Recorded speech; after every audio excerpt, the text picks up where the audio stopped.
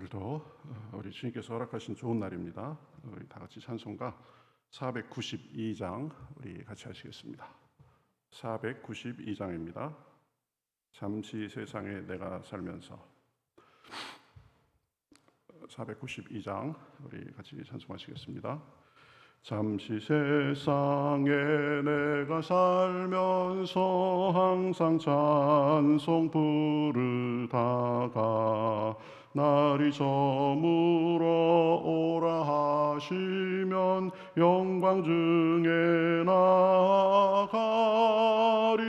열린 천국 문 내가 들어가 세상 짐을 내려놓고 빛난 면류관 받아 쓰고서 주와 함께 길이 살리.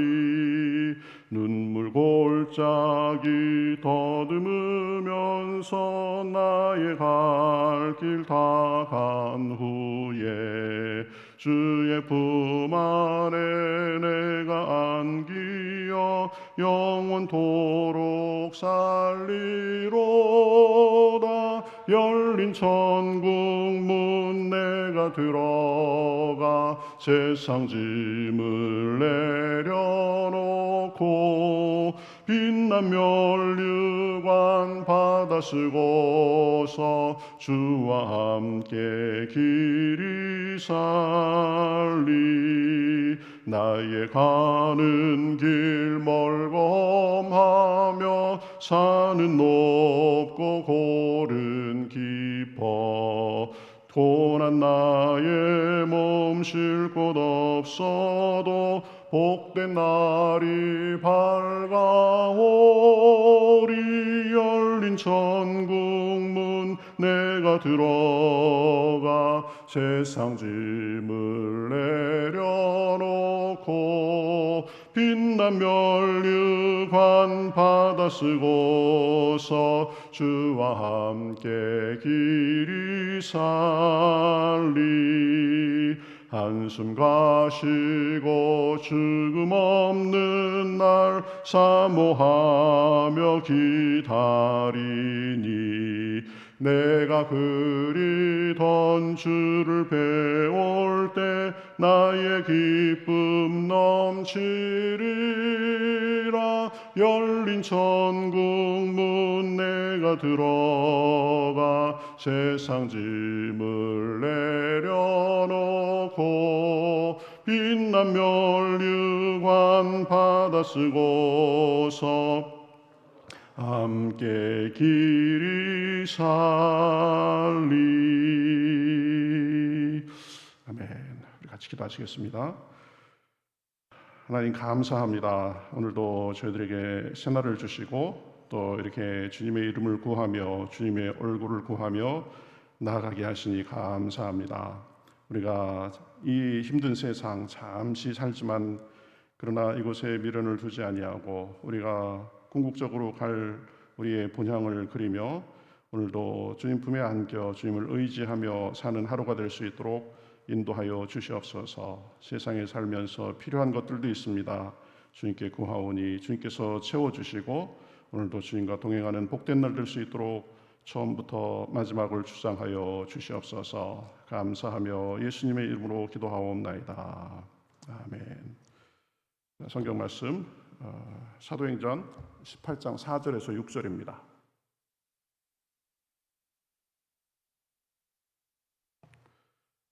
사도행전 18장 4절에서 6절.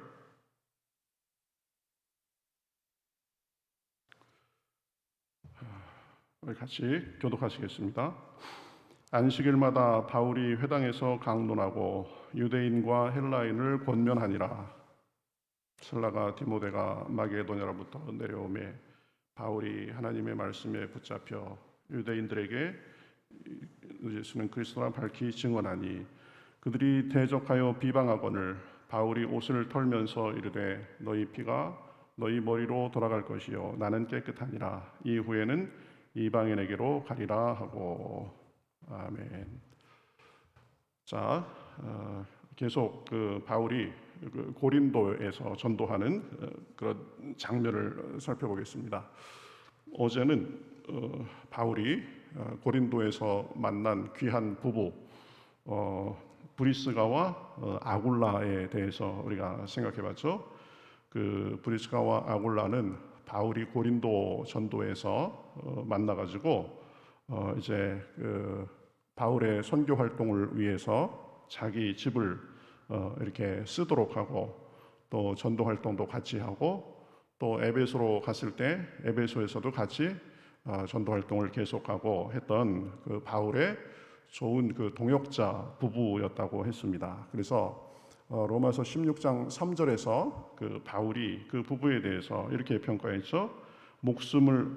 내 목숨을 위해 자기들의 목을 내놓을 정도였다라고 그렇게 평가를 했습니다. 참 귀한 부부였다는 것을 알 수 있습니다. 우리도 그 예수님을 믿고 섬기는 데 있어서 이 브리스가와 아굴라 같이 이렇게 하나님 앞에 좋은 모습으로 기억돼야 되겠다, 그렇게 우리가 생각을 했었습니다. 자, 오늘은 그 바울의 고린도 전도 이야기가 계속되는데요. 그 바울은 그 선교를 하면서 어떤 그 도시에 도착하면 그 도시에 유대인의 그 회당에 가서 전도하는 것이 패턴이었습니다. 그러니까 이 고린도에서도 안식일마다 많은 사람들이 모이니까 이 회당에서 복음을 전했죠. 이제 그러던 중에 그 베레아에서 그 유대인들의 소동으로 헤어지게 된 그 실라와 또 디모데도 이제 바울에게 합류해가지고 그렇게 같이 복음을 전하게 됩니다. 거기서 그 전한 그 복음의 내용을 보면은 한마디로 예수님은 그리스도라는 사실을 힘있게 밝히 증언하니 이렇게 돼 있는데요. 예수님이 그리스도다, 이것이 그 바울이 전한 복음의 핵심이었습니다. 그러니까 예수님은 다름 아닌 이스라엘 사람들이 오랫동안 기다려온 바로 그 그리스도이시다라고 그렇게 전한 거죠. 예수님이 그리스도다라고 했을 때는 그 유대인들에게는 굉장히 그 솔깃한 그런 대단한 이야기였습니다. 왜냐하면 이스라엘 사람들은 하나님께서 언젠가는 그리스도를 보내주셔가지고 이 자기들을 해방시켜 주실 것이다라는 그런 오랜 기다림이 있었기 때문입니다. 그런데 이 바울이 얘기하는 그리스도하고 이스라엘 사람들이 기다려온 그리스도 사이에는 좀 차이가 있었습니다. 예수님의 이 그리스도로서의 역할이 이스라엘 사람들이 기다려온 그 역할과 이 모습이 차이가 있었기 때문입니다. 차이가 있어도 너무 큰 차이가 있었던 거죠. 유대인들은 어떤 그리스도를 기다렸느냐? 정치적이고 현세적인 그리스도를 기다렸습니다. 그러니까 로마에서 이제 이스라엘을 회복하고 세상 그 누구도 넘볼 수 없는 하나님 나라를 건설할 정치적인 왕을 기다렸던 것입니다. 그래서 이 땅에 이제 다른 사람들이 아주 부러워할 그런 나라를 건설해서 이 이스라엘 사람들에게 태평성대를 구가하도록 할 그런 정치적인 이상적인 왕으로서의 그리스도를 기다리고 있었던 거죠.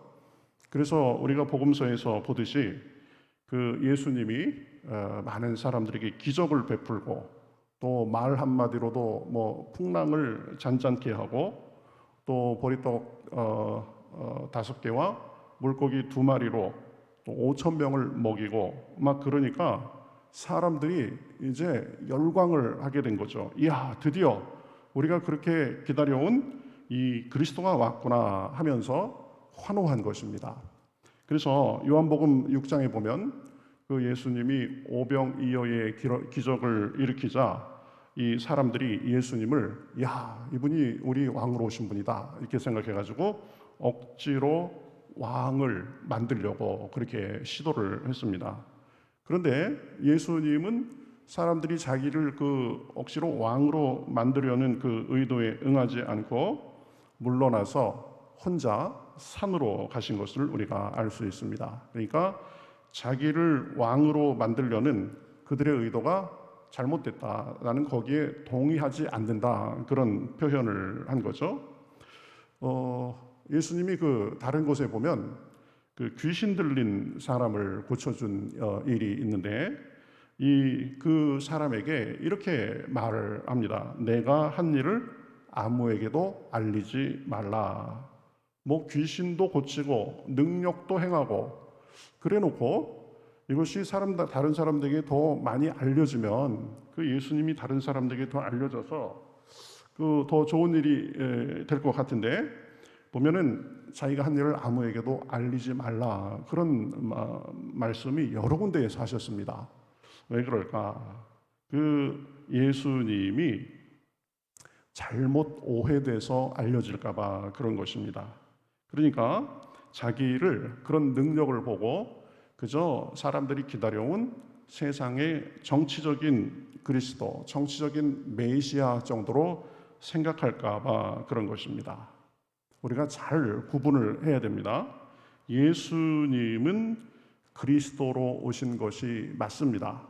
구약에 예언하고 당시 이스라엘 사람들이 기다렸던 그리스도가 맞습니다. 그러니까 예수님께서 내가 그리스도냐? 그러니까 맞다라고 그렇게 말씀을 하셨죠.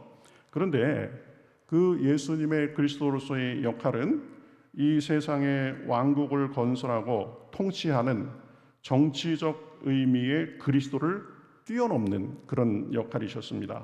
그러니까 단지 이스라엘만을 정치적으로 해방시키는 그런 분이 아니었습니다. 오히려 그것에서 훨씬 더 깊이 들어가서 인류의 보다 근본적인 문제, 즉 죄와 사망에서 이 모든 사람을 구원하고 영원한 하나님의 나라를, 영적인 하나님의 나라를 건설하기 위해서 오신 것입니다. 그러니까 그 나라는 어떤 정치적인 힘이나 어떤 그런 것으로서 세워지는 나라가 아니라 예수님의 십자가와 희생으로 세워지는 그런 나라였죠. 그래서 요한복음 18장 36절에 보면 이제 빌라도 앞에서 재판받으시면서 예수님께서 뭐라고 말씀하셨어요? 내 나라는 이 세상에 속한 것이 아니니라 라고 분명히 말씀하셨습니다. 그러니까 예수님은 단순히 세속적인 그리스도, 세속적인 왕으로 오신 것이 아니라 영적인 영원한 나라의 그리스도로서 오신 거죠. 마태복음 16장에 보면 베드로가 예수님에 대해서 이렇게 고백했죠. 주는 그리스도시요 살아계신 하나님의 아들이시니이다. 그러자 예수님께서 칭찬하셨습니다. 내가 잘 알아봤다. 이것을 알게 한 이는 하나님이시다. 그래가면서 그렇게 칭찬한 것을 알 수 있습니다. 그런데 이제 이 제자들이 자기가 그리스도라는 것을 아는 것 같자 그때부터 이전에는 하시지 않던 말씀을 하십니다. 뭐냐면 이제 예수님이 곧 예루살렘에 올라가서 거기서 많은 사람들에게 고난을 받고 십자가에 달려 돌아가시고 3일 만에 부활하실 것, 그런 것들에 대해서 말씀을 하기 시작합니다. 그러니까 베드로가 예수님께 대들었죠. 보면 예수님께 항변했다 그랬습니다. 주여 그리 마옵소서, 이 일이 결코 죽게 미치지 못하리이다. 그러니까 베드로는 예수님이 이 능력을 보니까 정말 이 세상을 뒤엎고 이제 그 능력으로서 왕이 돼가지고 다스릴 것이다 기대하고 있었는데 예수님이 뚱딴지 같은 말씀을 하시는 거죠. 내가 예루살렘에 올라가서 고난을 받고 죽을 것이다.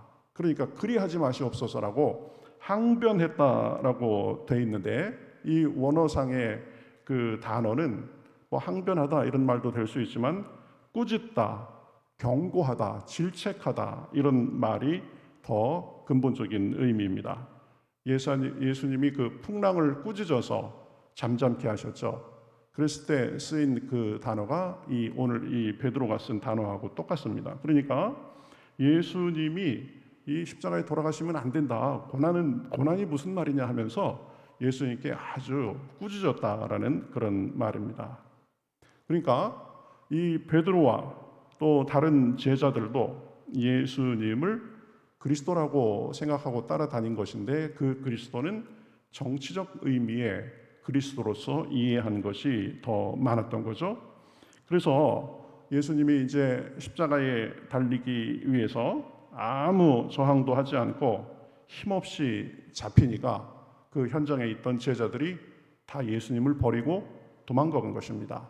예수님이 무슨 큰 능력을 행해가지고 자기를 잡으러 온 사람들을 제압하고, 자 이제 때가 됐다 그래가면서 뭐 이 세상의 권력을 잡을 행동을 할까 했는데, 근데 다 잡히고 십자가에 돌아가시니까 제자들은 이제 두려움에 떨고 실망감에 사로잡혀 있었던 거죠.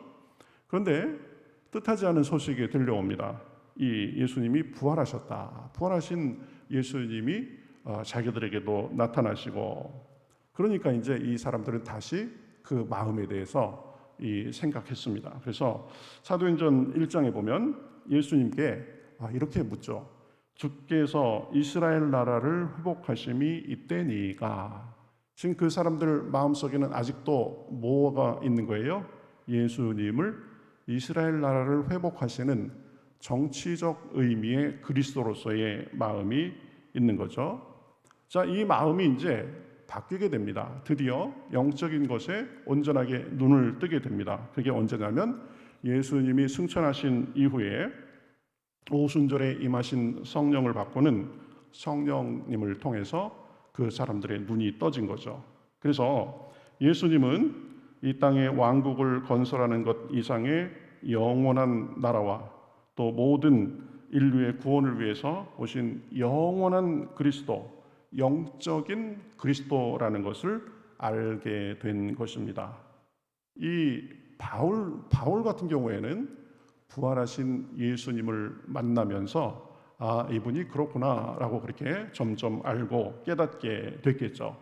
그래서 오늘 이 바울이 고린도의 회당에서 예수님을 그리스도라고 전하니까 보면 거기에 있던 유대인들은 그것을 이해하지 못한 것입니다. 6절에 보면 그래서 이렇게 말하고 있죠. 그들이 대적하여 비방하거늘. 예수님이 그리스도이신 것은 맞다. 그런데 그 그리스도는 힘으로 이 세상에서 권력을 누리는 그리스도가 아니라 십자가에 달리신 그리스도시고 부활하신 그리스도다. 더 영원한 의미의, 더 깊은 의미에서 우리를 구원해 주시는 그리스도다라고 얘기하니까 그 사람들은 아니 어떻게 그리스도가 십자가에 그렇게 힘없이 달려 죽을 수 있느냐, 그렇게 힘없이 십자가에 달려 죽은 사람이라면 그분은 그리스도가 아니다. 그리고 부활했다고 하는데 우리는 부활을 못 믿겠다. 그러면서 이 바울이 예수님을 그리스도라고 전하는 것에 대해서 동의하지 않고 대적하고 비방한 것입니다. 그러자 이제 바울은 자기의 옷을 털면서 너희 피가 너희 머리로 돌아갈 것이요 나는 깨끗하니라. 이후에는 이방인에게로 가리라. 그러면서 이제 회당에 가서 전도할 때마다 유대인들이 믿는 사람도 있었지만 대부분이 이 복음을 거부하고, 그러니까 유대인들에게 이제 복음을 전하지 않겠다. 오히려 이방인들에게 내가 본격적으로 복음을 전하겠다. 이렇게 선언하는 그런 계기가 됩니다. 여러분, 예수님은 그리스도이십니다. 구원자이십니다. 하나님께서 보내준 분이십니다. 우리를 죄와 사망에서 구원해 주시고자 피 흘려 죽으시고 부활하신 영원한 그리스도이십니다. 하나님의 아들이 되십니다. 단순히 그저 이스라엘의 정치적인 왕 정도가 아니라 온 땅의 왕이고 온 우주의 왕으로서 오신 분이십니다. 그 권능으로 오늘도 우리를 다스리고 계십니다. 십자가에서 죽어주신 그 사랑으로 오늘도 우리를 품어주시고 인도해 주십니다.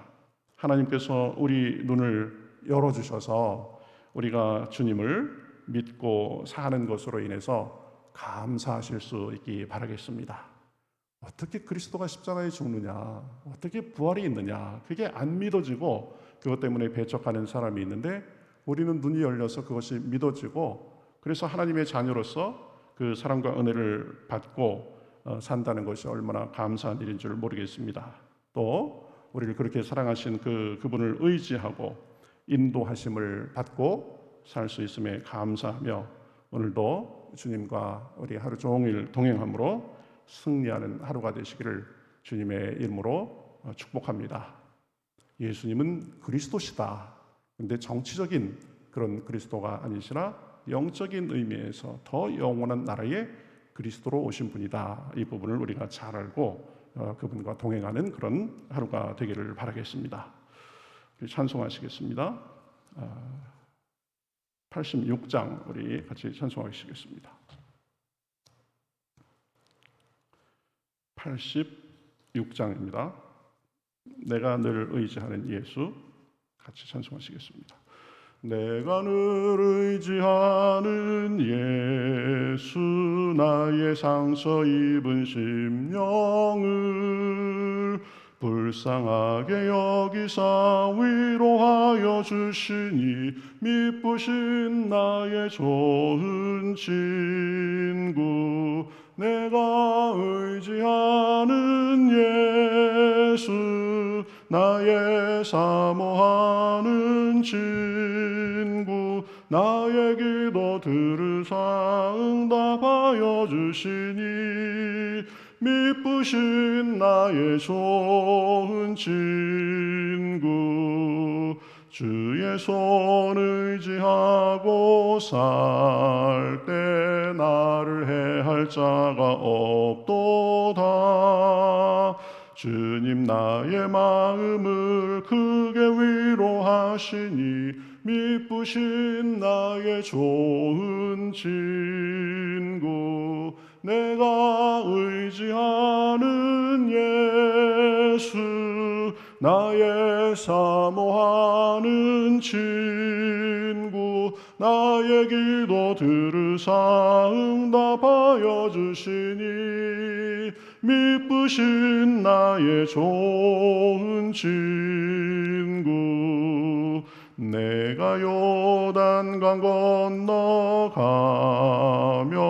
마음이 두려워서 떨 때도 주가 인도하시니 어찌 두려워하랴. 미쁘신 나의 좋은 친구, 내가 의지하는 예수, 나의 사모하는 친구, 나의 기도 들으사 응답하여 주시니, 미쁘신 나의 좋은 친구, 이후 천국에 올라가서 모든 성도들과 다 함께 우리들을 구하신 주를 찬양하리라. 미쁘신 나의 좋은 친구,